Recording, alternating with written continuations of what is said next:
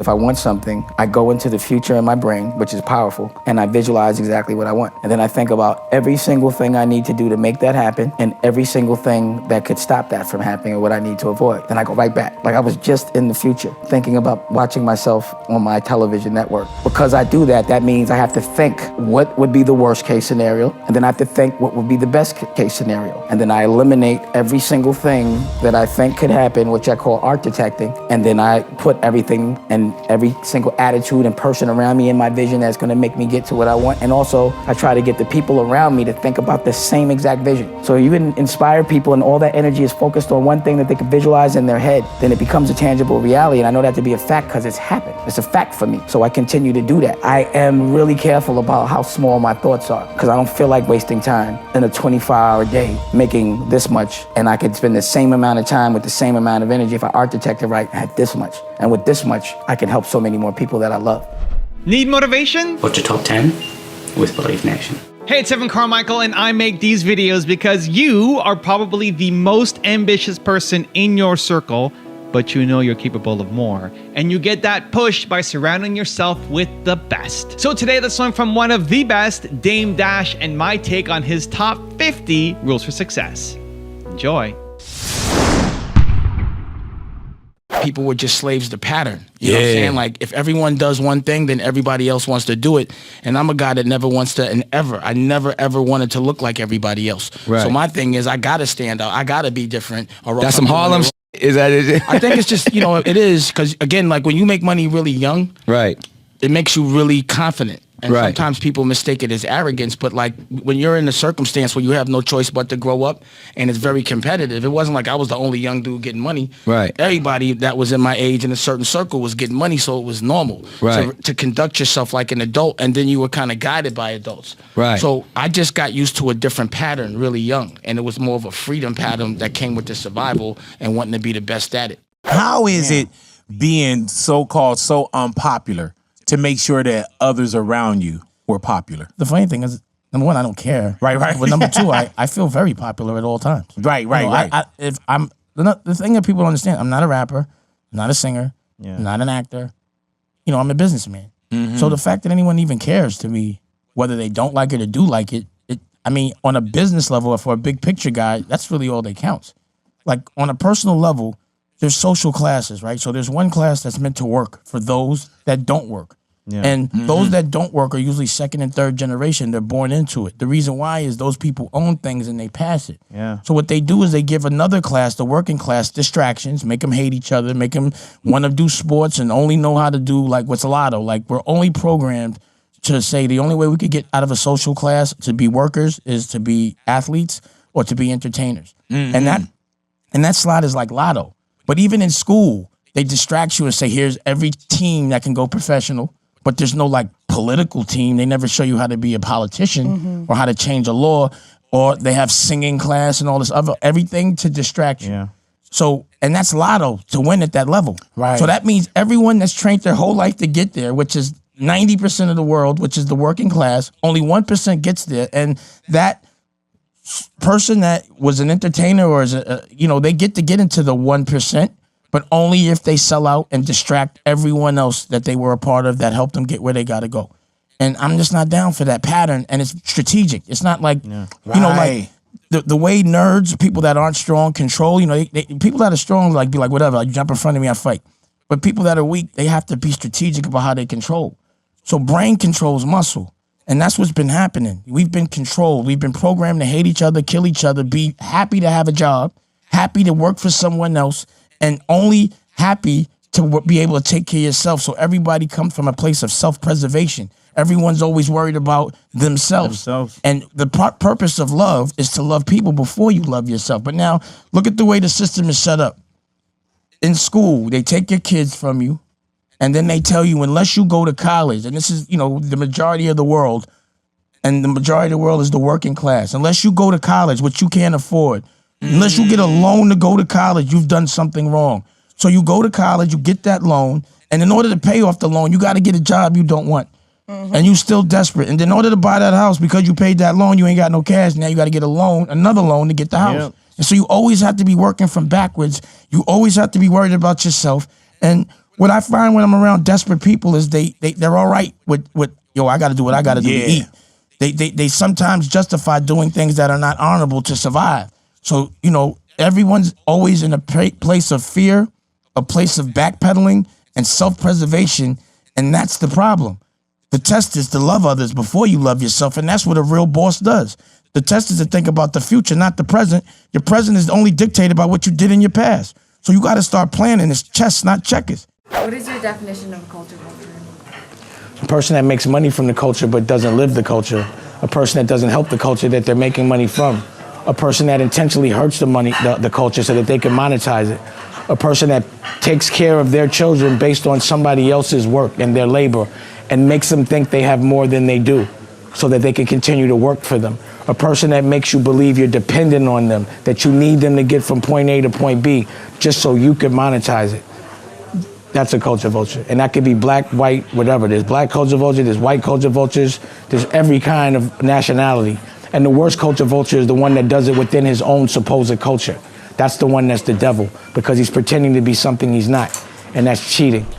Also, to make sure you're actually taking action after watching this video, I've designed a special free worksheet just for this video. The worksheet will highlight all of the lessons learned in this video, as well as pull out our 3 favorite learnings and quotes that will inspire you to actually do something. The worksheet will also give you space to write down what your key takeaways are and your specific plan of action to make sure you're getting results. If you want the worksheet designed specifically for this video, absolutely for free, there's a link in the description below. Go click on it and start building the momentum in your life and your business. I'll see you there. What I tell my staff and everyone that works with me is the more you care, the more you prepare, period. And thinking is a part of that. You'd be surprised how many people are scared to think. Most of my arguments don't come from me pushing somebody physically. It's from me pushing them to think. I'm like, God damn, you don't want to think? Like that doesn't eat, like it's harder to run a mile than to think. So why is it less scary to work out than to just think? And it doesn't take any physical effort. It's about a perspective. Why are people so scared of the unknown? Just because you don't know an answer. Like Google was so foreign to me up to a couple years ago, as surprising as that may seem. But Raquel, who's wifey for life, he remembers the moment that I was like, holy shit, I could find out everything all this time. You know, all I would have had to do was look and I would have seen how easy it was. But because it was unknown in the moment, I thought it was complicated. How many times do you get a remote control and it does 3 million things, but just because you don't know how, you can't figure it out, you're like, F all those other things.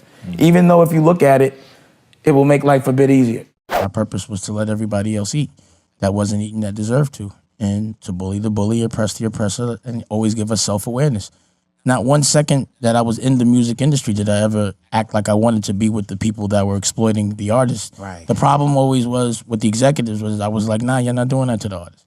And then, you know, what an executive will do is play dirty and snarky and go start lying and do things that you wouldn't do or expect to do, and they just start to make a division between you and the person you're protecting by saying you'll get more money by not listening to them, when actually that money goes to them. I think the truth is most important, and I think it's inexcusable not to tell it. And I think if there's something on your mind on a truthful level as a grown-up, you should be able to articulate that. And sometimes people don't like what you say, but it doesn't mean it shouldn't be said. Right. So, you know, 9 times out of 10, a man that's full of testosterone, and in front of girls, you know, if you're telling them how to improve himself or give him some instructive criticism, they tend to take that as you trying to make them look bad because they want to look better than you. I decided to hit the street because I just wanted to buy a Suzuki. They cost $10,000 and I didn't have a license, and my mother didn't want to buy it for me because it wasn't legal. So I was like, well, I'm just got to get that myself. And, you know, crack came out. So I was watching a lot of people my age have things that adults had, which gave them a certain amount of independence. Like, if you're paying your own bills, I don't care how old you are, no one can tell you what to do, period. And that's what I tell any one of my children. The minute you pay your own bills, all I can do is give you advice, but I can't control your environment. So when I got to this place, the only way to survive was honor. And what I witnessed, I admired. I admired the strength in honor because honor isn't convenient. It's not, I'm honorable when it's easy. Honor comes when it's not easy. That's your definition. That's the test. That's what defines you, is when you have the choice to not be honorable, and it would appear that you'll get something and life may be easier. And if you choose honor and you choose a harder path, well, you know which you really are. And that's what that is all day. It's a test all day. There's always these shortcuts. But the thing about being in that life is you make one mistake, you die. You make one mistake, you lose your life in jail, your freedom. You make one mistake, people you love get hurt, like kidnapped and tortured. So logically speaking, to survive that, you had to be honorable. And I saw the things that the honorable, the respect that came with it, the strength that came with it, and how cool it looked. I just didn't want to be anything but that, no matter what.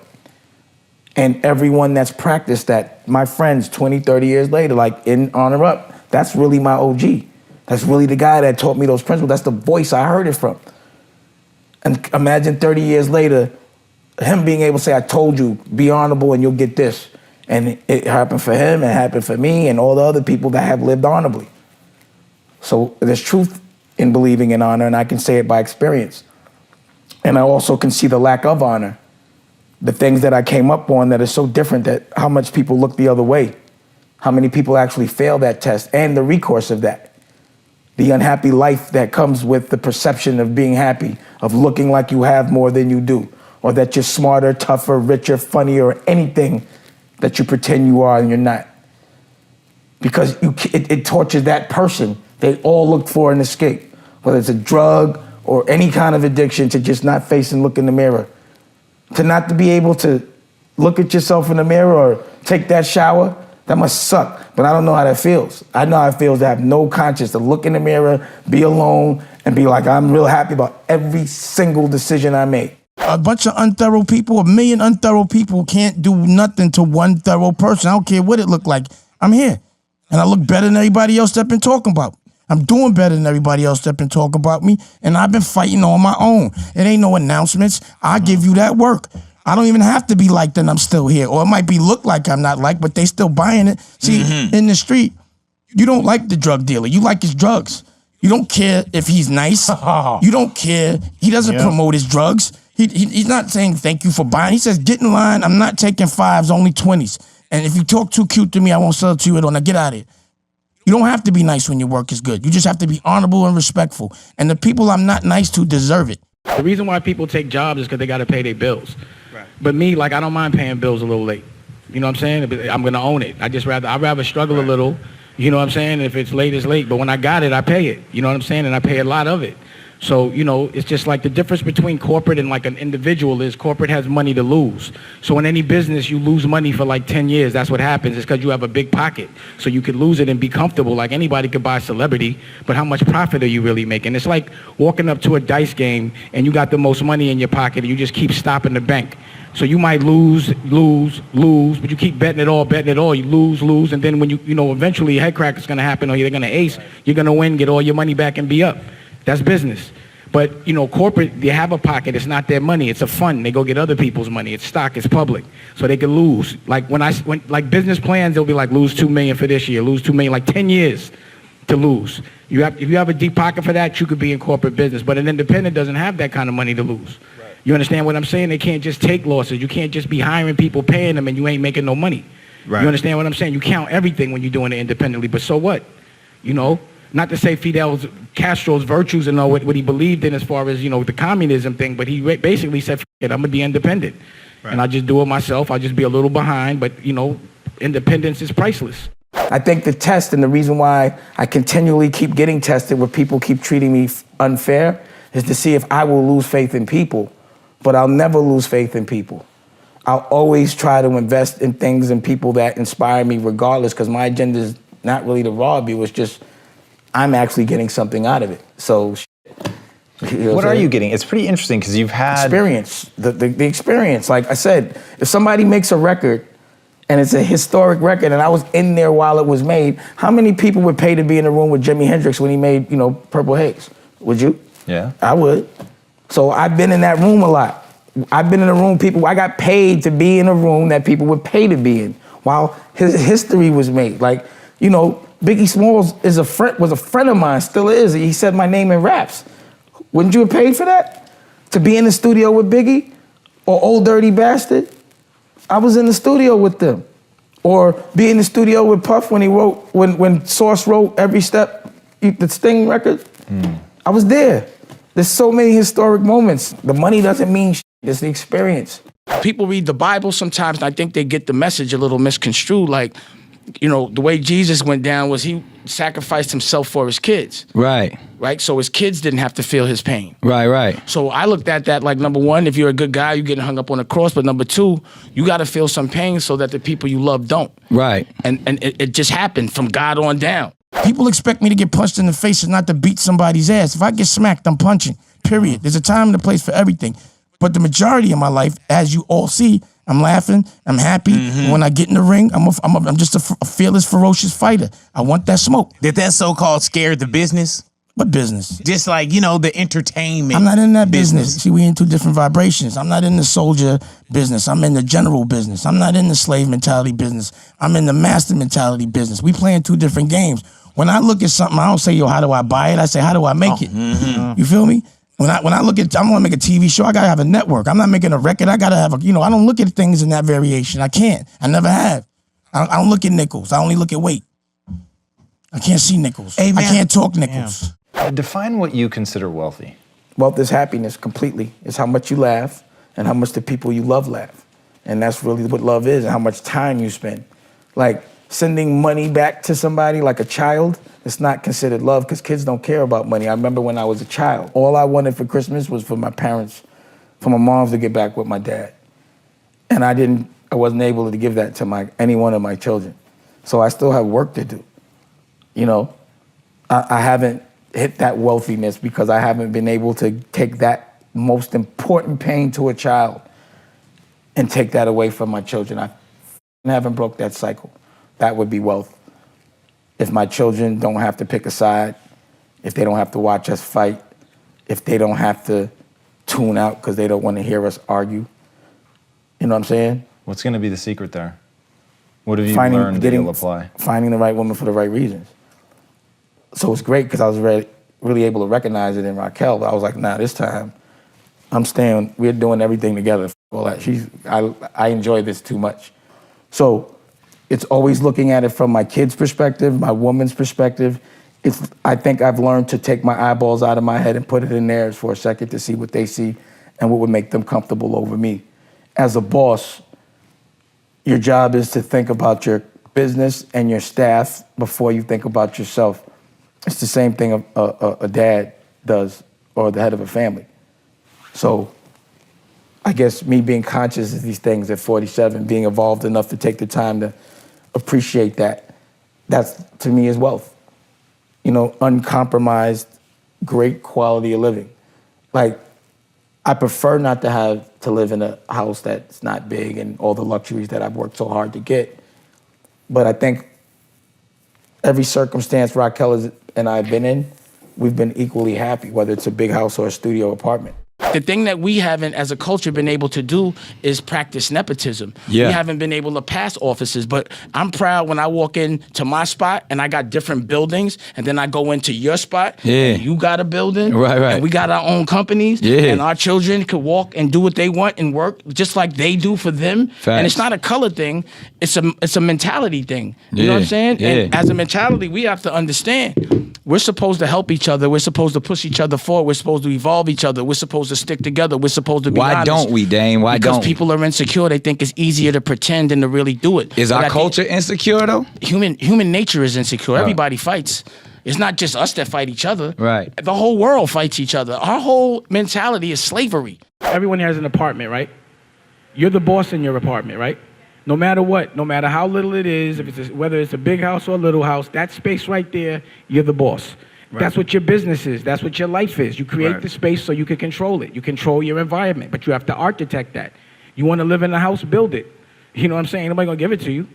But once you get in that house, I don't care if the president or whoever it is, anywhere, he walk in my house, Obama, you still gotta listen to me in this house. It means nothing. I'm the boss here.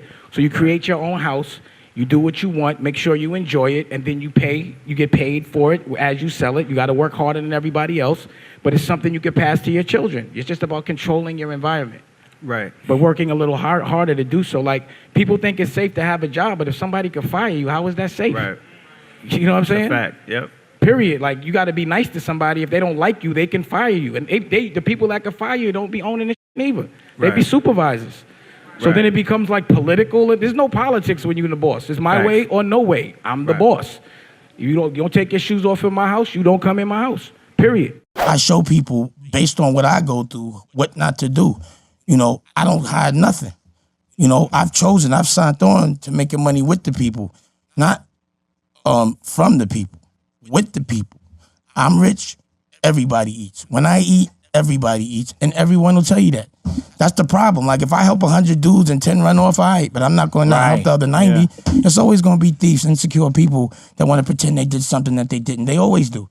You know, that's why guys like Brian White and Josh Weber and Mike Munster try to pretend they directed my movie and I made it because I did something so cheap and so good that they were like, oh, I got to have this. And then they want to paint a picture. Like, they always try to make a good guy look bad just so that they don't look bad. But, you know, it happens. These people are weak, and it doesn't matter what people think. It doesn't matter what people say. It doesn't matter. All that matters is what they do. All that matters is action. Everybody always worry about my tone. Worry about what my action. What's my action? What I say. What do I do? Now, everybody want to talk nice, but don't do shit. Everybody want to talk about things, but don't have any solutions. But they talk so militantly, but they just saying what's popular opinion, but they have no solutions. I come with a solution, and I fight frontline like a king, because a king fights with everybody. I fight. I don't never send somebody to do something I wouldn't do myself. I'm about that action. I gotta be. I gotta lead by example. Why did the death of your mom affect you so much, and exactly how did it affect you? Well, number one, at that age, it was the only thing I was scared of, and it happened. So once... Why did it scare you? I mean... Because that's what I love my mother more than anything. You know, I was a kid that went to camp and was homesick. You know, when she went out and came home late, I would be like, you know, she was all I had. My mom's, you know, I was the only child from my mom's. So when she died, you know, and for a child, what more do you have to be scared of, right? So when she died, I had faced my worst nightmare. So right there, I was fearless. I just wasn't scared of nothing. I just felt like if anything happened to me, I would just get to my mom quicker. And at the time, I had no kids, so it wasn't really like I had anybody to worry about but me. But then also, I was like, but if I'm gonna be on this planet, I'm gonna have to, you know, take care of myself just as good as my mother took care of me. And so at that point, I had no choices. You know, I had to make money to eat. You know, I had to make money to live and buy clothes. You know what I'm saying?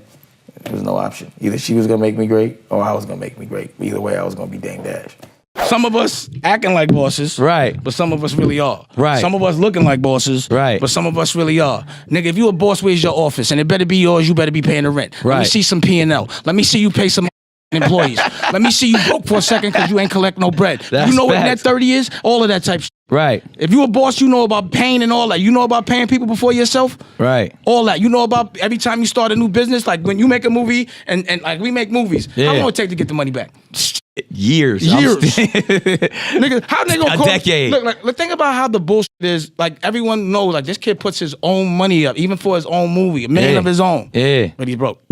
Yeah. You know why I'm broke? Because I got money in equity in businesses. Like I don't want to drop records. I drop businesses. You understand what I'm saying? Facts. Like I sell companies like niggas sell records. That's Right, my right. game. I play a different game. Right, right. So when niggas say, how many records you sold? I don't know how many companies I sold. I sold Rockaway, I sold Rockefeller, Yeah. Floyd. I sell companies. There's men that don't sell companies their whole life, don't know what it Y'all means. sell records, don't I know the sell companies. And I do. Ooh, bars. But it's true. You know what I mean? That's like a real fact. You know what I mean? Yeah. And every time I sell one, that means I started from scratch. That means I Right. had to be broke. I had to feel some pain, Right. pause. I had to lose, sustain, look up, and Yeah. then go sell it and make up some bread, pay off some bills, and start again. There it is. And then you flip, because I learned that from the street. Like, yo, I could buy something for $20 and sell it for $40. Right. You know, if I break it down, I buy something for $40, break it down, sell it for $80. Right. That's just what I did. I made a record company so that I could do a clothing company so I could do a television network. Right. Flip. Next, I'm gonna flip for a And team you're or gonna something. keep going. It's hard to keep a real boss down. Now, Well, nobody never been down. See, that's Right. the thing. They can make you look a certain way. Right. But bottom line is, I don't know, man. I like when I do my Instagram, I'm not outside. I'm in the house. I'm in my office. Right. I'm not trying to front. I'm not posing. Like my Right. natural life looks like a movie. Right. So at any time, I've never had a problem. I ran around the world and opened up galleries all over the world. Like I got DD 172 in Tribeca, Poppington, and Lower East Side. I got one in Burbank, one in Hong Kong, Po Hung Fong. Yeah. No one ever wants to talk about that. Right. All the cultural things. I'm the DNA of what I want the culture to be at some point, and I want us to be tasteful. Right. I want us to be evolved. Right. I want us to deal with things like men, not emotion. Right. I want us to really be rich, not look rich. I want us to be friends. I want us to stick together. I want us to take care of our kids. I want us to take care of our women. I want that to be cool. I want selling out to be sucker shit. I want looking the other way to be sucker shit. Yeah. I want treating women bad to be sucker shit. Right. I want f***ing with little girls to be sucker shit. I don't want people to be f***ing with people even though they do f***ed up shit. Looking the other way gotta stop. You gotta be accountable. Why are cats scared to have them conversations, Dane? Why are cats scared to say what you... You ask me about fear, and I don't even know what that is. The only thing I fear is fear. So you asking me about a concept I don't understand. That's no bueno. That's not even a language I speak. Because cats don't want to talk. People will hide and just follow and chase. When you speak boss... Except for people like you. When you speak boss, you don't understand fear. What language is that? Fear. Right. What does that mean? Right. You know what I'm saying? Like, what is that? You got to translate that to me. I don't even. What is that? I've never understood. A boss. Bosses I don't are not speak scared. fear. You know, like, what does that mean? You know what I'm saying? Like if you're a boss, fear doesn't even come into it. What I do is I'm a businessman, right? In any business, the more crowded it is, the harder it is to do it. So I never want to hustle on a crowded block. So regardless of what, I'm always looking to do something that nobody's doing. So all I was looking at was what's the next wave logically. It was just logically, I was paying attention. You know what I'm saying? So once I realized it, I was like, it's the internet? Like I came up with no internet, no emails, no nothing. Like I had to pay for real estate to be seen on like, cable TV or radio. But this freedom was ridiculous. And plus like, it was like, damn, if I know how to make this shit myself, like content is like currency. It's the thing that makes money forever and ever. It's like when somebody smokes a joint, the weed is gone. You got to grow more weed. When somebody looks at something, you could pay over and over again to see it, and you ain't got to keep making it. So if you make something that people see, plus when you make content, it's a commercial for everything. Right. You understand? So I just look at what people pay for and do it myself. I'm the plug. I'm never a customer on any level. So I just look at it from that approach. So I look for the future hustle and how to be the plug at it. And then from that, it all falls into pieces. It made sense with the internet that people would be buying content. It made sense with the internet like, oh, we could cut out the middleman. It made sense with the internet that if I have a voice, I could be heard uncensored. Right. I'm used to complete censorship. So it made sense to do it on my own. I did all of it on my own without this shit. So could you imagine what I'm gonna do with this? I started sitting by the pool and smoking weed. It was like, I gotta slow down. I think when you have consciousness, you become responsible, and I think the truth is a heavy burden because usually the truth teller gets crucified like Jesus. The person that tells the truth is always gonna have to fight the people that are lying. And because the people that are lying are cheating, you're not fighting the same fight. Like the shit that they'll do, you won't do. So how do you protect yourself? You got to be extra strong. You got to be like Batman. You got to be like a superhero, but looked at as a criminal. It's a life you got to choose. And that's the life that I did choose because life has been so easy for me. I've had so much fun every second. I've benefited and monetized my everything that I love at every time. I'm 47 years old. I'll be 47 in May. What else should I do? You know what I'm saying?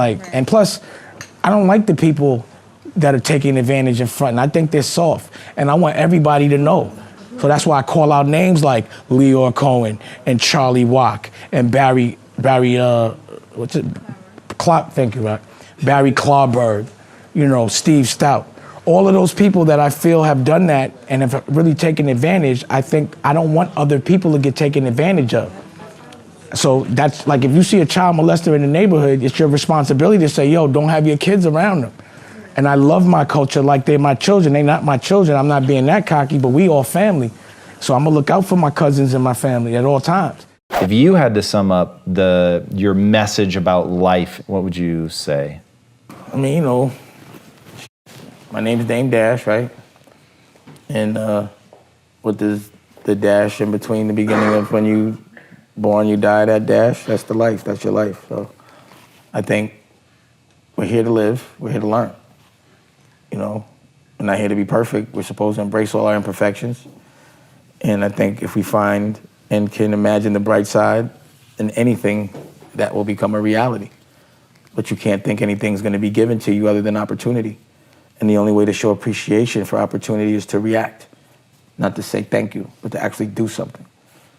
And not everyone gets opportunities. So I think appreciating those opportunities is really important because the next time those opportunities will not be presented. And I think every single day for everybody, there's a lesson, there's a test. And if you don't pass the test, you do not move forward. You stay in the same place. And then that test becomes a little harder, and if you don't pass it again, you actually go backwards. And then instead of the test being in front of you, where you could look at the test, it's in back of you, and it's smacking the shit out of you in the back of your head, and it hurts, and it's embarrassing. So I always advise people to look out for those tests, not the ones when people are looking, just when no one's looking. Define the culture vulture. It's someone that exploits a culture and benefits from a culture that it doesn't help. You know, period. That it just hurts and it just sucks out everything from it, but it could give a fuck about it. That's a culture vulture. You know? And it happens more times than not. I mean, it's all over the place. Well, creative people usually aren't so worried. Well, creative people usually aren't so worried about monetization. You know, they want to pay their bills, but non-creative people are solely making money off of a creative. And that they don't means, get the creative people. And it means they kind of have to rob them. I first got record deals, and I didn't like the experience of it. You know, they were telling me, it didn't work out. And I had Jay-Z, and I was shopping Jay-Z. And every single person in the music business, I took them to every single label, and they told me he was too old, too corny, nothing, just damn near laughed me out. Mm-hmm. Every one of them could not see where he was, so we had to do it ourselves. Sure. So off top, we kind of, because when you're the plug in the street, you think like the plug everywhere. Yes. So I'm thinking, who's the boss here? Who do I need to talk to? There is no boss in corporate because no one really owns it. It's public. So I was like, I got to do this on my own. So we did it on our own. So knowing that we had the best rapper on the planet, knowing that these were the lames that were making no decisions, that business model never worked for us.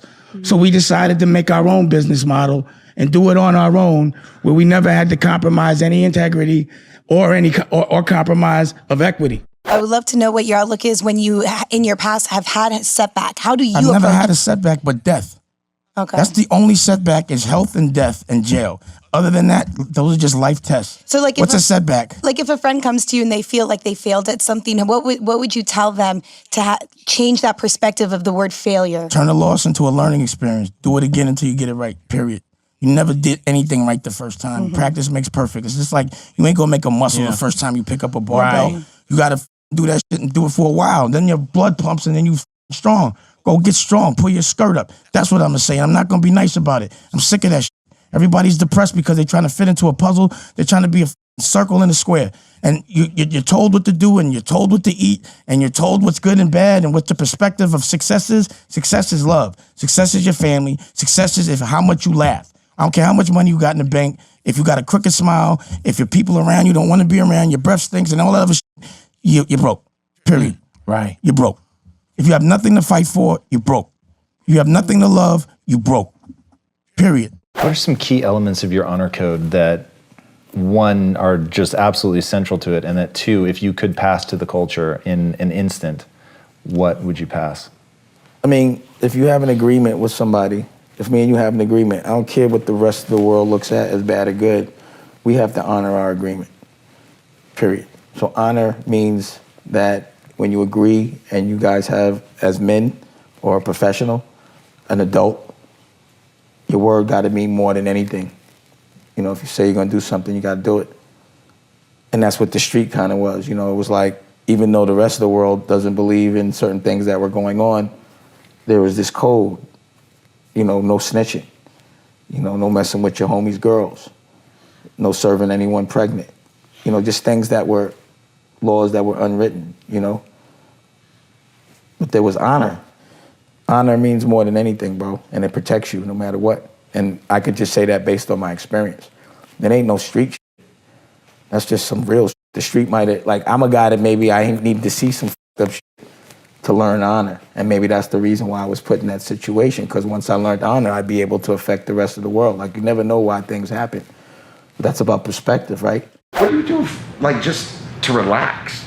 I mean, you're always running. What do you do to, like, just, other than the kids, just, is there something you meditate? I smoke weed. I lay by the pool a lot. Good. Like, you know, this is cool. Like, I wasn't here all day. You know what I'm saying? I came in when I felt like it. I went and got my daughter, came back, went back.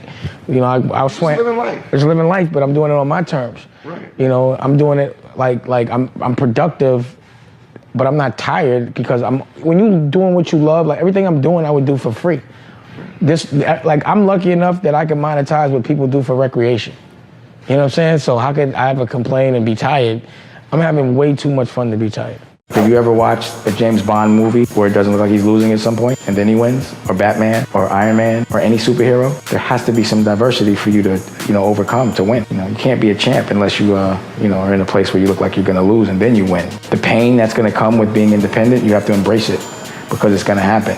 And also know that the more successful you get, the more problems you're gonna have, the more knots you're gonna have to untie. Being a boss does not mean smooth sailing. It means having the ability to care about other people before yourself and to untie problems, untie knots. That's all it is. It's not business if there's not problems. There's nothing good without struggle. It just doesn't happen. In all my experiences, there hasn't been one thing that's been successful without me feeling some pain before it was successful. So now when there is pain, I embrace it. I've been embracing it. I'm a G about it because I know that must mean that if I'm cool, that, what awaits me is like the darkest before the dawn. I don't want to sound corny, but that's really that's what has to happen. On one hand, yeah, my mom's died. It broke my heart. But on the other hand, it made me great. It's about perspective, what I learned from it, how I choose to look at it. Like sometimes I'll talk to somebody and, they'll be abusive and shit, or they'll be drinking and I'll be like, why the f you do all that drinking? Why are you so abusive? Oh, my dad was drinking. He was abusive. That's all I know. And then you ask somebody else and they're like a straight square. They don't drink and they're not abusive. And you be like, yo, how come you don't drink? How come you're not abusive? Yo, I saw my dad. It's just about perspective. And then that's how I look at things with my pops. I was like, I know I'm a good dad because everything he did I didn't like. I ain't doing to my kid. I'm not going to pass the cycle. But, some people might look at it and say, I'm just going to pass the cycle because he passed it to me. Perspective. How did you apply the stuff from the street to the business world? Well, let me explain it to you. So when you deal with a bunch of people that are tamed and you're a wild animal, you get in a room, you laugh at them. You don't be scared of them. I always thought they were a joke because I had executed business under a different circumstances. So I always thought they were funny. And also because they were working for other people and I was putting up my own money, I didn't really respect as much. Like, a boss wants to talk to another boss. So it made me know not to be corporate when I went into that world. I went very arrogantly. I didn't feel like, because I was always ahead of the game. I got my first deal at 19. Sure. You know what I mean? So I felt like the people that I was dealing with shouldn't even be talking to me a certain way, even telling me was cool because they were nerdy to me. What we were leveraging in that point was cool. I was selling music, swag. I was coming from the authentic street like in the 80s. So it wasn't nothing that you could tell me. And then I had a mind because I was educated. So I saw them trying to trick me into believing I was dumber than I was. So for that, I was a beast. It was just like it was a joke. You know what I mean? So we just did it on our own. So you took it personally. Well, you were offended. I mean, it sounds like you were offended to me. I'm passionate about everything I'm doing. This is about creative business. Okay. So, of course, when someone disrespects your intellect, you take it personal. I'm a man. I got testosterone for sure. Sure. But that's part of being an entrepreneur. You know what I'm saying? But also, I'm coming from a place where I had to fight for my real estate and prove that you shouldn't have it. So certain kinds of people can never talk to me a certain way. You understand what I'm saying? Just because they weren't men like I was men. Again, they weren't putting up their own money. They didn't have the cool and they weren't doing what I was doing. It was like I knew always my worth at all times. And I always knew what my brain was capable of doing. I come from a very extreme circumstance. I come like frontline street, like 142nd and Lenox. And if you did break any of those laws, you died or went to jail. So I didn't have too many choices. So I don't really know no different. You know what I mean? So I just applied everything I learned from my survival skills. And obviously I survived. And I came again from a very dangerous place. I survived it just by being honorable, playing the game right, being loyal. And I was like, yo, this game right here is not sustainable. Niggas die. Being honorable means you got to kill when they disrespect you got to go to jail and not, all that type of shit. That's not a game I want to play. I'm going to just take these ideals and apply them, instead of to crack, apply it to music. Instead of to dust, apply it to fashion. It's just taking the same principles and applying it, and everything I've learned really has come from hustling. It's just flip it. Right. You buy something, you bottle it up, you sell it, you make double, and then you put that back and you keep doing it. So once you know that discipline, why do you need anybody? Like I never wanted anybody to hit me with no work. I never wanted that. What I saw in Kanye's face when he was helping us is something that people don't get. When you help people that deserves it, it gives you a really good feeling. It makes you feel better than anything. I saw him smiling and laughing, and I was like, he gets it now. Because that's how I feel every time I help somebody get where they got to go. And I did it just because I wanted to, just because I was inspired, not because I was trying to exploit them, but just because I really liked who they were and what they were doing. And I want that to be a contagious energy, and I really hope that overall that's what Honor Up does. It makes Honor Up be the new wave, looking out for the people that looked out for you, doing the right thing. I'm a very sophisticated guy, you know what I mean? I have good taste. Right, good. And I've always loved art. And only thing you need to make a gallery is walls. Mm-hmm. So, instead it's just a narrative. I call it a gallery as a gallery, and I put art on it, and people come in, if they buy the art, I get 50% of it. That's the art business. But what it does is it brings very artistic people together. So, art brings all kind of creatives together. Actually, I always have a collective, because when someone's good at editing, they're usually good at a lot of other things. Mm-hmm. Somebody's good at rapping or singing, they're good at acting, they're good at painting. Like, creatives are just creatives. And, sometimes people only do what they think they can do. If you don't know the business, you just say, oh, I can't do it, so I don't, right. Just like an art gallery. See, me, I'm always thinking on how to do it, and it's usually not that hard. And then I also look at who does it, and then I compare myself to yeah, like he can do it. I can do it. Do you think bosses are born or are they made? I think everyone has the potential to be a boss. Mm-hmm. I think you are born a boss and made a slave. No one's going to choose to be a slave. Who the f want to be a slave? You got to be trained to think that life is good when it's not. Mm-hmm. Yeah, you're born a boss until somebody convinces you you're not. Yeah, I'm born a boss. If I could breathe and I'm control of that, I'm a boss. Mm-hmm. And anything I own is mine, no matter who you are. You cannot come in here unless, if I'm not breaking no laws, do not come in here. And if you do, it's on my terms or you breaking the law. And I can be confident and arrogant about that as long as I'm not breaking no laws. I just don't see the reason for being mad about making mistakes. Like, I don't know, man. I think I got yelled at one time when I was 4, and I felt embarrassed, and I didn't like that feeling. So I did what the guy did with the cold. I figured out how to never be embarrassed. You know what I'm saying? Teach me how. You just don't give a f. Once you don't give a f what people think, like, logically speaking, why would you care about what someone's opinion is that you don't love, that doesn't love you, that's not even playing the same game you're playing? That's only, the only reason why they have something to say is because they're insecure. Like, I don't see why I would be concerned about some insecure asshole. Like, I think 1 million lames combined cannot equal one cool person. And meaning someone that's just honest about who they are. Like, it's not relatable, it's not realistic to think that anyone is perfect and anyone that is evil, because it's just not true. You know what I'm saying? And the good thing about imperfections is what makes you cool is how you deal with them. That's what makes you cool. You know what I'm saying? So I've never been afraid to be wrong. I always remember back to when I was young laughing at older niggas. I'm never gonna be that older nigga I was laughing at. I'm never gonna be that old man in the club. I'm never gonna be the dude that, just because that one time I wore that outfit, everyone thought I was fly, I'm gonna wear it for the next 30 years. Like, I'm not doing that, you know what I'm saying? I'm gonna evolve, I'm gonna grow. So it's not reinventing, it's y'all learning what I learn as I learn it. I'm growing. Once I learned this business was whack, I did another one, and I said, I'm gonna go do art. My midlife crisis was running around the world opening up art galleries, I like to do fly cool shit. Like, I bank on cool shit. I just like to do cool shit, so I just think I gotta be smart about it. Like, I gotta be the plug, I gotta be the connect. So once I know how to do it myself, I could be real arrogant about it. And then I do it. And then when I win, it's like when everyone thinks you're losing and you win, it's so much better. Like when my was making me the underdog, I was cracking up. I was like, this is funny as hell. You know what I'm saying? And I can be patient. I think I'm gonna do it by the pool. You know what I'm saying? Like, I come out when I feel like it. It's never been urgent. I've never found my Batman or the Joker. I haven't found my competition yet that inspires me to fight.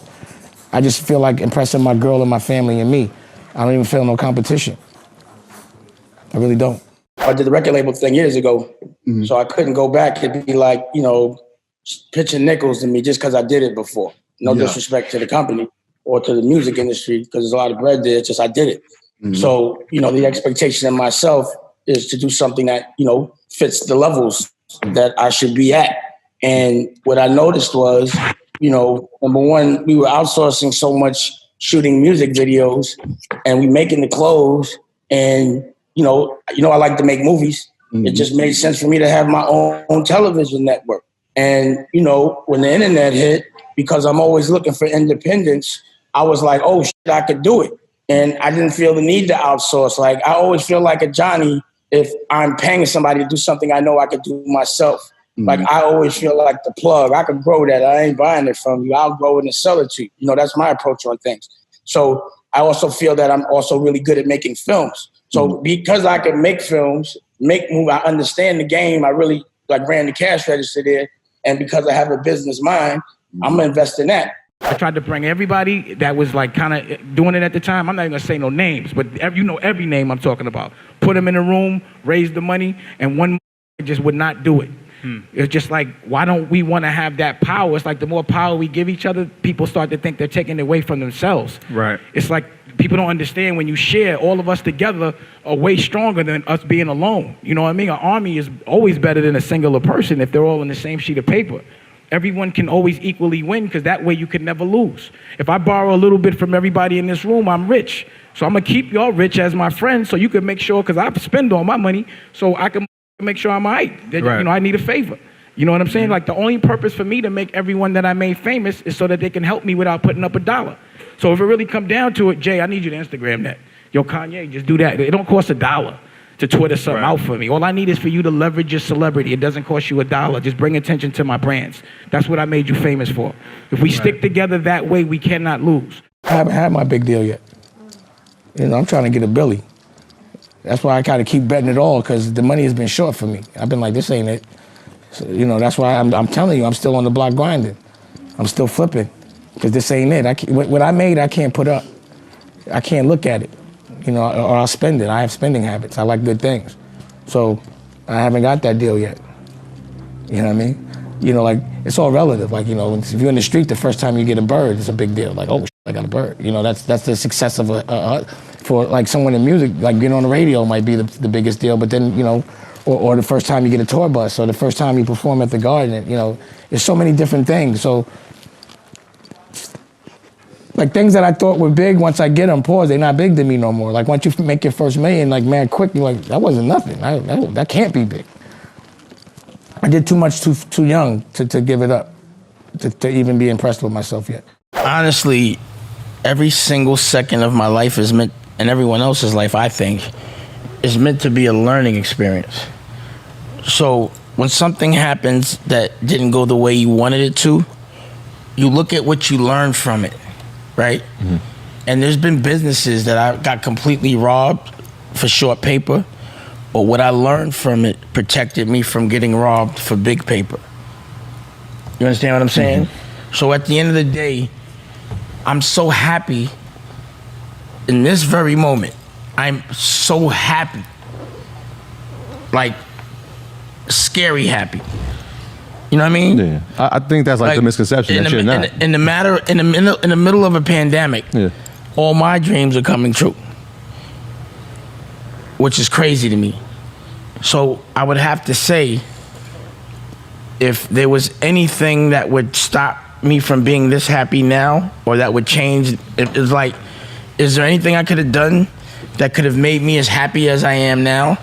I'm happy now because every decision that most people thought would be tough, every business I walked away from, every person I walked away from, every person that I punished that everyone told me not to, from a Leor Cohen to a Harvey Weinstein, I'm glad I did it. I'm glad I was in a position to do it. I'm glad I'm that guy, that these guys are known to be bullies and I bullied them. I'm the bully of bullies. I'm happy about that. So I love the fact that these challenges and these tests have presented themselves to me, and I could get in the shower, I'm like, damn, I really am a superhero.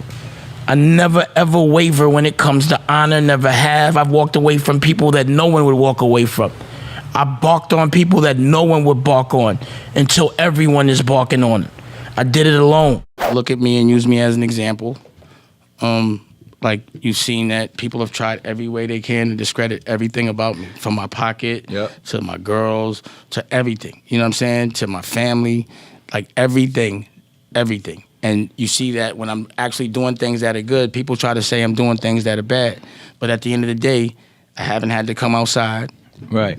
I haven't had to come out of pocket and do something that was kind of like, against what my morals and my principles are. I've been able to maintain being my own boss, sustain a certain kind of lifestyle, and all because my work is good. So if your work is good and you're honorable, it doesn't matter what's going on around you. You got to keep your head down and move forward, because all the negativity is all a test to see if it will distract you. Right. But again, if you know it's raining outside and somebody tells you it's not, you're like, yo, I don't care what you say. I'm bringing an umbrella. Right. I don't care what you say. You could call me a clown, all that other stuff. I already know, because I have this thing where I look to my future, and I don't look to see how it starts. I want to know how it's going to finish. Right. So I'm always doing that. Right. And I always see what I want my life to be, and I make sure it's that. Right. And then I architect that, and then it'd be people that have no plan, that aren't doing anything, are the most distracting. Right. They're the ones that speak the loudest, because if you're doing something, you don't have time to be worried about somebody else. Right. You don't have time for jealousy if you're doing something. You're too tired doing what you're doing. Right. So if you're sitting around thinking, that means you should be doing some action. Right. So that's your fault. So then the overcompensation comes for blaming somebody else for the reasons why you don't want to move. I'm not that dude that says, if you do this, this will happen, and then it doesn't happen. You're just sitting around waiting. You do the right thing. In my world, you do the right thing. Like, if his dream was literally to sit and play his album for Kanye, I watched his dream come true. Which it was. And it happened in a week only because he did the right thing. Right. Yeah. You know, if his dream, like he said, his dream is to sit here and do an interview, that happened because he listened. Respect will make your dreams come true. And respect is not convenient. It's not when it feels good. It's when it makes you uncomfortable. When, someone feels like, damn, I don't agree with him, but because I respect him, I'm going to do what he says anyway. That's respect. And I'm not going to say a word about it. What's your theory behind having multiple different avenues working at the same time? Okay, imagine this. Imagine your number one artist after his first album saying, I quit. That's Jay-Z. Jay-Z quit after, what do you mean? He retired after Reasonable Doubt. It's supposed to be his first and last album. Did he? Yeah, it's supposed to be his first and last. 15 albums later, yeah. So, from that day, I was like, well, I ain't depending on this nigga. I'm going to build a roster. What? Well, how long did he retire though? Like a month? He had I don't know, Volume 1. He didn't retire. Big pass. He just passed it in Volume 1. Nigga, how many retirements did this nigga do? A lot. All right, so I lost count of how many times he retired. So that and I don't even care. That pushed you to just diversify. Yeah, I was like 19. Damn, y'all was that young? It wasn't only that. It was just that I was a guy that just thought I could do everything better. So it was like, I'm fresher than Ralph Lauren. I know it. I met this nigga. I'm fresher than him. I know I am. I know I'm cooler than Harvey Weinstein. You know what I'm saying? Yeah. I done shook this nigga down. You know what I'm saying? Like, he's not the only one. It's my little man. I see what Charlie, all these dudes, Charlie Watts, Leor Cohen's. I'm like, this nigga? You know what I'm saying? Y'all scared of him? It's my little man. Some people try to dumb you down as a distraction just to because they just don't want to. They don't want to work. People are so scared of thinking and so scared of action. You understand what I'm saying? Mm-hmm. And that's what I'm about. I'm about thinking things through and action. They don't have the wherewithal to see their ideas into fruition and to be tangible and to be real. They don't think that getting to where they want to go is going to be difficult. How difficult is it really? Game. It's huge. It's boxing. It's getting punched in the face to win. Yeah, that's what it is. To practice, you hitting that bag, but you getting hit. Like you got to spar to get where you got to go. So you're gonna feel broke. You're gonna have to feel anxiety, and if that doesn't make you feel comfortable, then it's gonna be hard to be an entrepreneur. But you got to know when you get in the game that you're gonna get tackled. You got to get up. You got to work wounded. You got to stay positive, and you got to care about your other people. Sometimes, most of the times, before you care about yourself. I only like to be around cool people. I've always architected my bubble. I only want to be around cool opinion leaders, like-minded people. And I filter and I edit people. You have to have a point of view and you have to have a voice and you have to be unapologetic. And when you do that, you don't stand in a crowd because most people just want to fit in. Just being different is a win in this world. Everyone is just only feels confident in a crowd. So when someone does stand out, it's different. I don't have time to be worried because I'm always if I feel something's giving me anxiety, I go fix it. Right. Or else if I let it rest in me, you internalize it. It causes like sickness and cancer. Yeah. So that's another thing is, I laugh a lot. Yeah. You know what I'm saying? You know me. My every day is therapy because I hold nothing. Yeah. And what people have to understand is if you hold it in, when you go to therapy, you're going to have to get dark before you get light anyway. That's therapy. Yeah. So the reason why I get dark real fast is so I could get light real fast. Get light real quick. You know what I'm saying? Yeah. So I could be like, you know what I'm saying? I get light. Right. I don't hold no luggage. Right. You know what I mean? Like when people ask me questions, I'm going to answer it. Yeah. I'm going to address the And you gonna elephant in the move room, on. but ain't going to my day up. Yeah. So like just in that moment, you asked me about flex. Yeah, I got engaged for a second. Yeah. I spoke about it. Yeah. But And we move off it. We off it. If you bit with the entrepreneur bug, you're always gonna want more. But self-care is important. Make sure you get some sleep. And make sure you celebrate yourself. And make sure you're enjoying yourself. I'm a firm believer in I would never do anything and get paid for it unless I would do it for free. So you didn't pay me for this, but I could get paid for this. What I'm telling you is this. By me saying do not perform over a track, like I got to see a live show. Like I have a whole 5,000 square foot facility where you could rehearse before I could even co-sign you. That's actually educating into what the fundamentals of hip hop, what the fundamentals of real music is. And a lot of people cannot step up to that challenge. Because it feels different, right? It's With just a band. because, you have to rehearse. It's like 8 hours a day to get good. It's not anything easy. You can't hide. You cannot hide. And, also, you can't trust everyone's sound system. So if the track doesn't play correct with the mic, it sounds terrible. And you never want your music to be heard terrible. Your purpose of performing live is so people want to be vested in you and buy your merch and, keep a connection with you. So you have to show 100%, be prepared at all times. And if you're not prepared, like you get a hit record tomorrow, and you've never done a show, but you're going to have to perform at the radios like, Summer Jam where there's 50,000 people and you come out there unprepared, you're getting booed. That can end your career, a bad show. I care about people to a certain extent, but I can't care about you when you care about yourself. I can bring you awareness and I can leave you with that, but I'm up in the hills, bro. I don't see it or hear it. I choose to help because I love myself. See, unless you love yourself, you don't know how to love nobody else, period. Thanks. You can't tell me how to love if you don't love yourself. Just like you can't tell me how to get money if you ain't got nothing. You know what I'm saying? You can't tell me to be at peace if you're not at peace. You want to help everybody else, but you drown. I don't understand it. Focus on yourself so that you can really help somebody. And that's the problem with people. They try to use that as an excuse. So many people, I say, what's your dreams? Oh, to help people, but you crack broke. Your dream should be not to take care of your children and make sure your girl is taken care of. That's your dream so that they never have to work. And then you go help everybody with the money you made. Yeah. But it hurts you to help people. Independence is priceless. It's just people that have never had it don't even understand. And I don't even expect them to, And independence means usually putting up your own dough. You have to put up your own money. That's independence. If someone else is putting up the money, that's dependence. You understand what I'm saying? Now you got to move when they say move. You have to ask. You have to be nice. You have to laugh at jokes that aren't funny. You know what I mean? You have to be around a racist and let them say little things, little cute things. A nerd square that wouldn't survive in the street. And independence is like being, like, let me tell you the perspective of someone that's independent. If there's like a wild dog and he has to literally eat the food he kills, he cannot eat unless he kills something that day. And then there's a dog that's tamed. He lives in a house, but he has 3 square meals a day. He got to do tricks. He gets petted. He gets kicked out. He gets beat. He got to get walked. He walks on a leash. When that dog comes in the room with the wild dog is laughing. He doesn't care that you're in a mansion. He doesn't care that you eat steak every day. He still thinks you're a herb.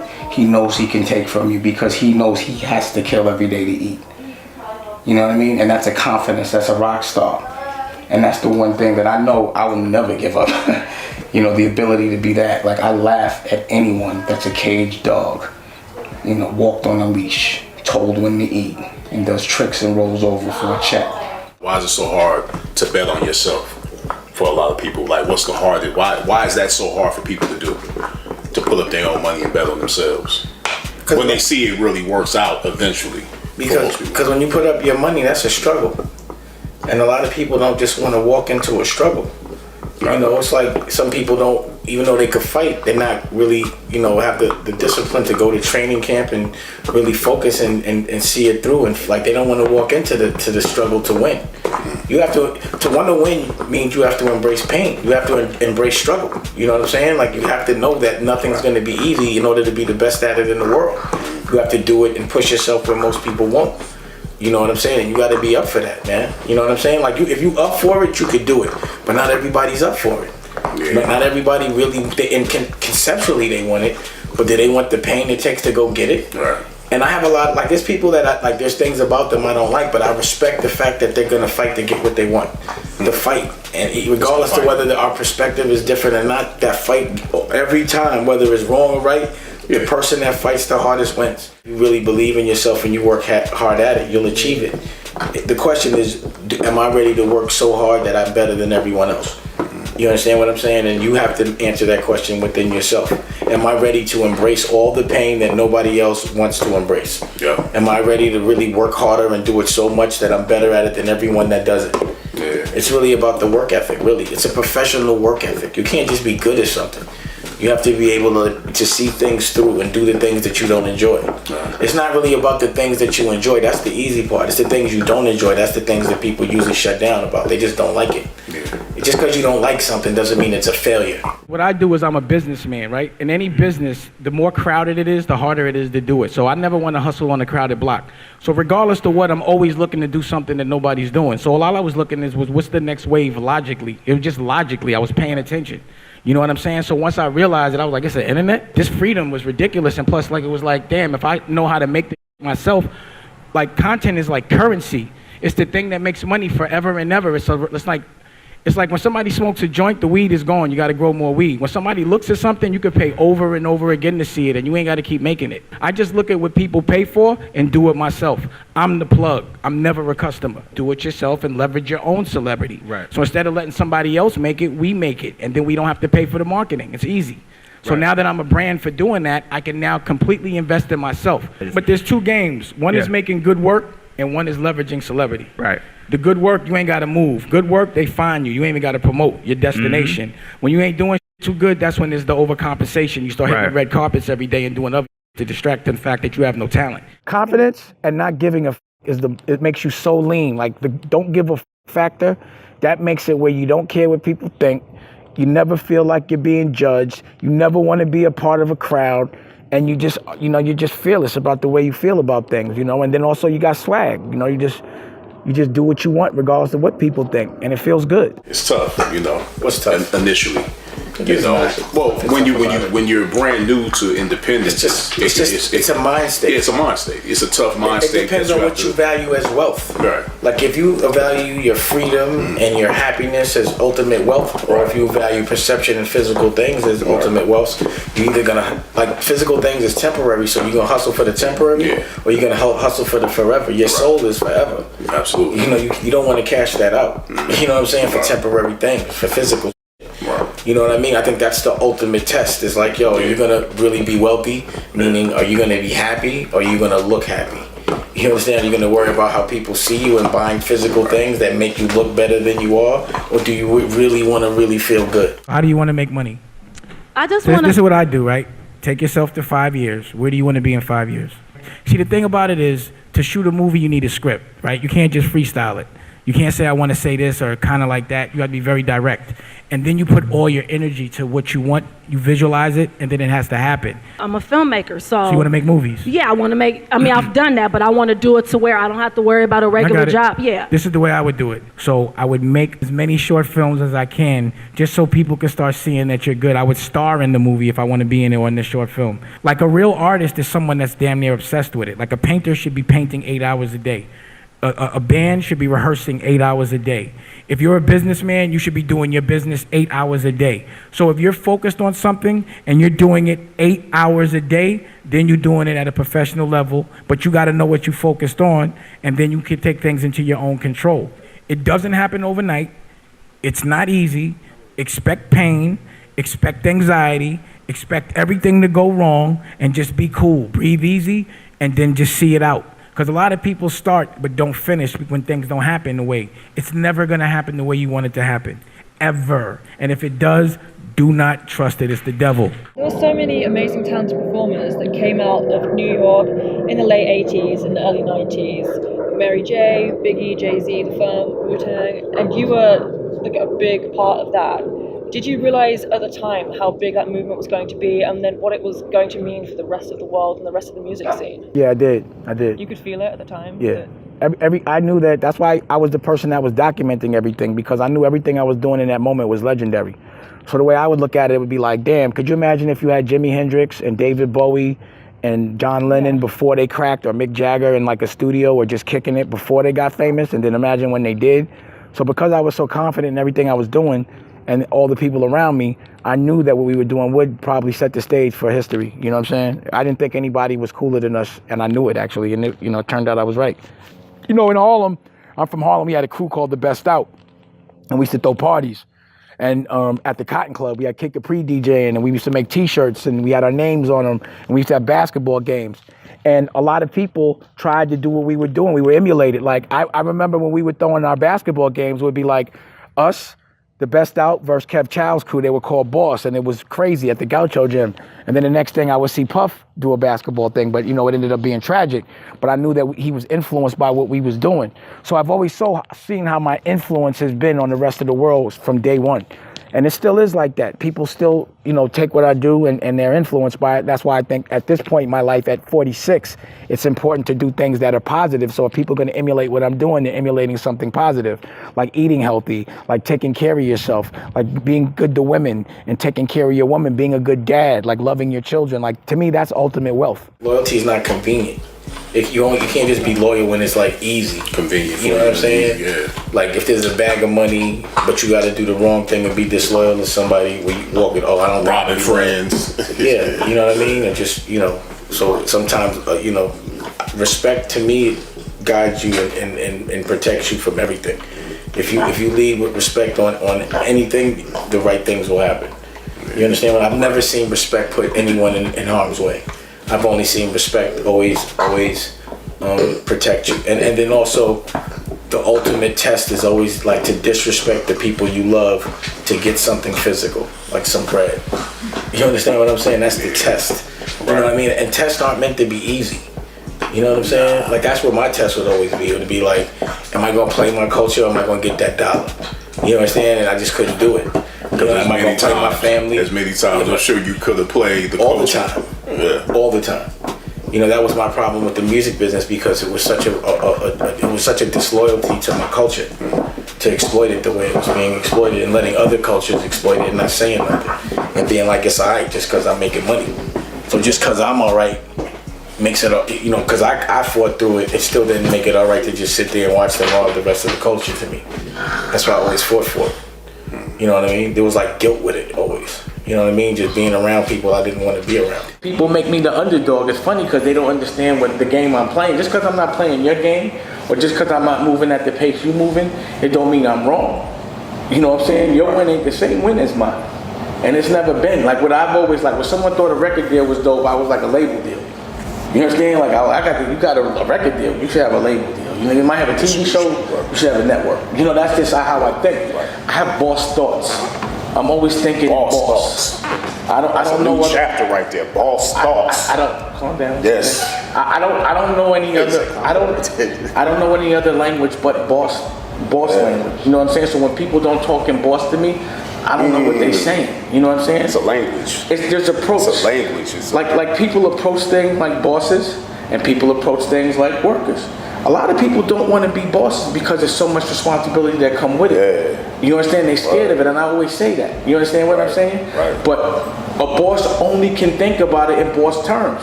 So if somebody says they want to get in business, some people might say, I need somebody to give me a job. That's not a boss thought. Right. A boss says, if I want to get in business, my thought is, if I want to get in business, I'm going to create the business. I'm going to buy the business. You understand what I'm saying? Then I'm going to do the business, but I'm not trying to be hired. My approach is always going to be bossy. Someone that's not used to being a boss, his thought process ain't bossy. He don't have boss thoughts.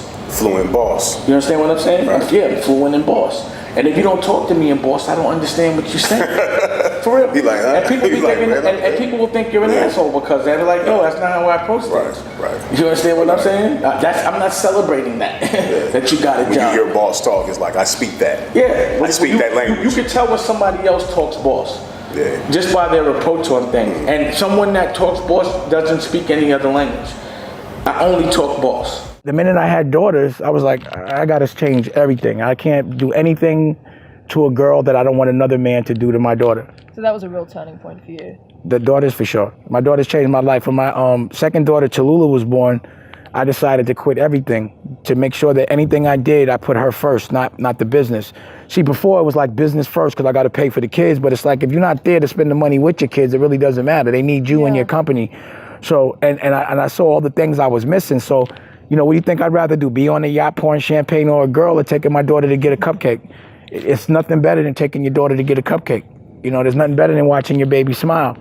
You know, so it's true, you know, but it's like seems obvious, but you know, Lotto is really like energy. It's love. It's not like physical money, which really doesn't mean anything. It's just how good you make someone feel. It's how good your woman feels, how good your children feel. Like you have as much money as you know, billions of dollars, but if you're unhappy and you're lonely, you broke.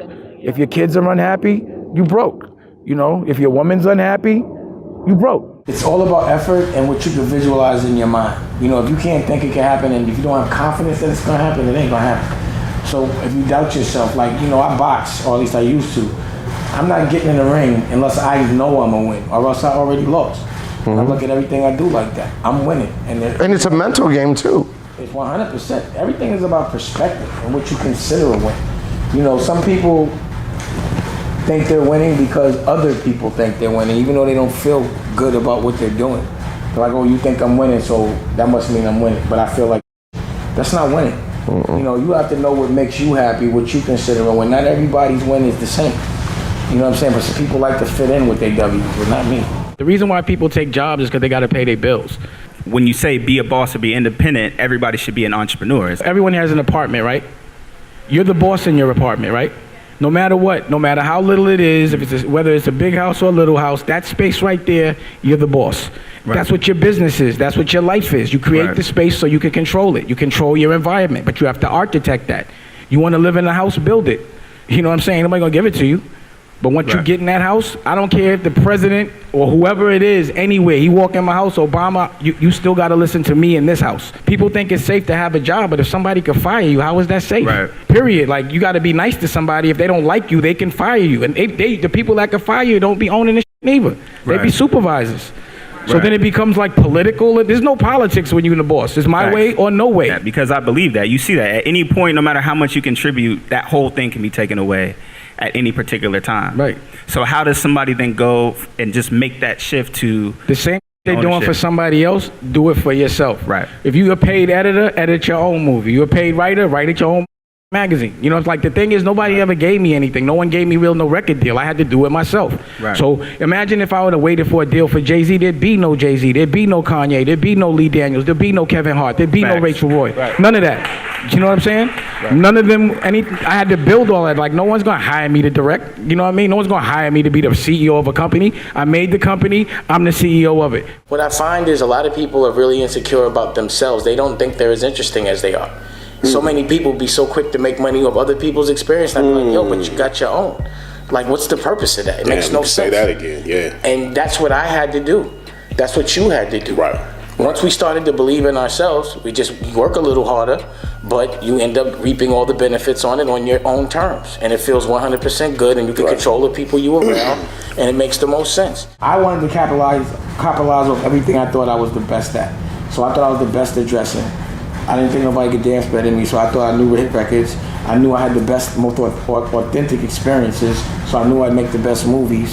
And I just wanted to do all those things. But in hindsight, I just like to do because I like to be fun. I'm really creative. Yeah. You know what I mean? I just like to be artistic freely.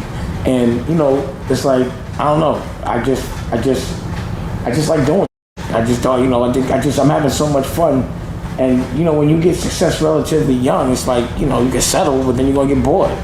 So, you know, I was a mogul when I was in my 20s. So I was like, I want to go do fashion. I want to run around the world. I I want to, everything I see or hear about, I want to see it personally. I want to live it. I want to know it. I want to touch Experience. it. And I want to spin every kind of bread. How do you feel about Rockefeller today? Is it the same attitude that... I think it's a shame it doesn't exist anymore. You know, I think the way that it dissolved was kind of selfish, but I ain't gonna get into that. You know what I'm saying? But it would have been nice to see everybody doing well as opposed to one person. And that's the way I wanted Rockefeller. I made it, you know, I believe in the circle of success where everybody gets rich. I don't want to make employees, I want to make bosses. Yeah, it's more of a family enterprise. Well, it was, you know, but then it turned out to be one person stayed rich and everyone else had to work for him. And that's not how I looked at Rockefeller. And what I realized is I need to make and invest in things that I could pass to my family. So I had to invest more in myself as opposed to investing in other people, because not everybody has the same ideology as me. You know what I'm saying? Not everybody, you know, looks at things the same way. So, you know, I should have probably paid a little more attention in making assets that I own as opposed to making other people. Because my thing was I was putting people in power so that they could put us in power. But every time I put somebody in power, they would shut the door and they just wanted all the power. You know, people get hungry as soon as they get... It's just human nature. It's how men are. It's the testosterone in them. That's why I also surround myself more with women, because women don't tend to be so jealous. Do you think that's more of an exclusively male thing then? I That think- females aren't as like hungry when they get in that position? I think males are so supremely insecure that they turn into clowns. A lot of people will cheat and try to cut corners, but I don't consider that a win. You know what I'm saying? Like if I know the game I'm playing and I sign on to it, that's the only way I want to win at it. I don't want to cheat to get there, because then I didn't win at my game. I actually lost. You actually lost. You know what I'm saying? But you know, I'm not going to play your game. I only play my You own. only cheat when you don't fully believe in your abilities in the first place. Yeah, it's overcompensation. Yeah, for sure. Yeah. But then that's like a different kind of win. You know, you're playing a different game. I have bigger dreams than trying to be getting a salary from some company. You know, I need to own something, and I need legacy. You know, like the Dashes are going to be, I already know it. We're going to be like the Kennedys and the Vander, you know, we're going to be an upstanding family. That's what I want. You already are. That's what I mean. But that's what I'm saying. I wanted it easy for my kids, and I want it easy for my kids' kids. And that's all I'm doing right now. Just making sure that the company can run when I'm not around. You know what I'm saying? Family and company. That's what, you know, it has to be able to sustain. Everybody says they want to be the boss, but people be scared to be the boss. Most people are scared to put up their own money. Most people are scared to tell people to work when they don't want to. Most people are scared to even ask for their money. You understand what I'm saying? Like I see people that are uncomfortable about asking about their own business. Like asking for change, you know what I'm saying? Or asking how much do you get paid, or when am I gonna get paid, or where's my money? I have never felt uncomfortable about asking for my bread. And I've never understood people that were uncomfortable for asking for their bread. And I really don't understand people that are offended by you asking for your bread. You know, you ask somebody for their money and they're like, what you asking? Like, I'm not supposed to ask for my money. I'm not supposed to ask about my money. Like the money and the business, there should be no emotion with asking about it, because it's business. There should be no fear. You should never be ashamed to ask for your change, ever. You know, or to scrutinize a bill.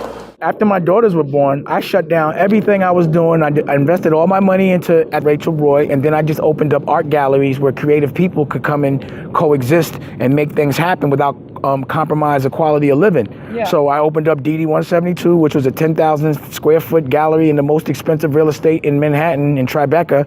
And, you know, I had people like Mos Def and Jay Electronica and Wiz Khalifa and Currency, and it just goes on. Rock and Roll, the Black Keys, you know, Holy Ghost, Erykah Badu, all performing. I had an internet television station called Creative Control. This was in 2009. We have chapters in our life. Yes. You know, the cool thing about the way I approach things is I always have like an ill bucket list. You know what I'm saying? And there's a bunch of things that I want to do in my life, and eventually I know I'm gonna do it. Okay. So young, I wanted to hustle. I got that off my bucket list quick. You know what I'm saying? I wanted to be a music mogul, off my bucket list. I wanted to be a fashion mogul, off my bucket list. I wanted to sell oil, off my bucket list. I wanted to have art galleries, off my bucket list.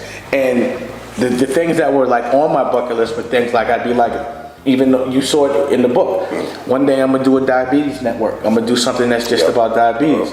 I did it. Yeah. It's off my bucket list. You understand what I'm saying? One of the things on my bucket list is to own a football team.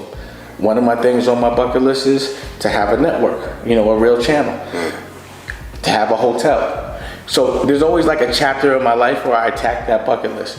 One of the things on our bucket list is to grow land. You understand what I'm saying? And to be able to have a farm. I was trying to grow cotton, make the clothes from the cotton and be completely vertical. That's what we were trying to do in North Carolina. Because you made it this far in a video, I want to celebrate you. Most people start and don't finish. Most people never actually follow through. Most people say they want something, but they don't ever do the work to actually get it. But you are different. You are special. Believe Nation, you made it here all the way to the end, and I love you. So as a special celebration, if you put a hashtag Believe down in the comments below on this video, I will showcase you and celebrate you somewhere on the screen in a future video because you are awesome. If you want to see the last one-on-one I did with Gary Vaynerchuk, check out the video right there next to me. I think you'll love it. Continue to believe, and I'll see you there.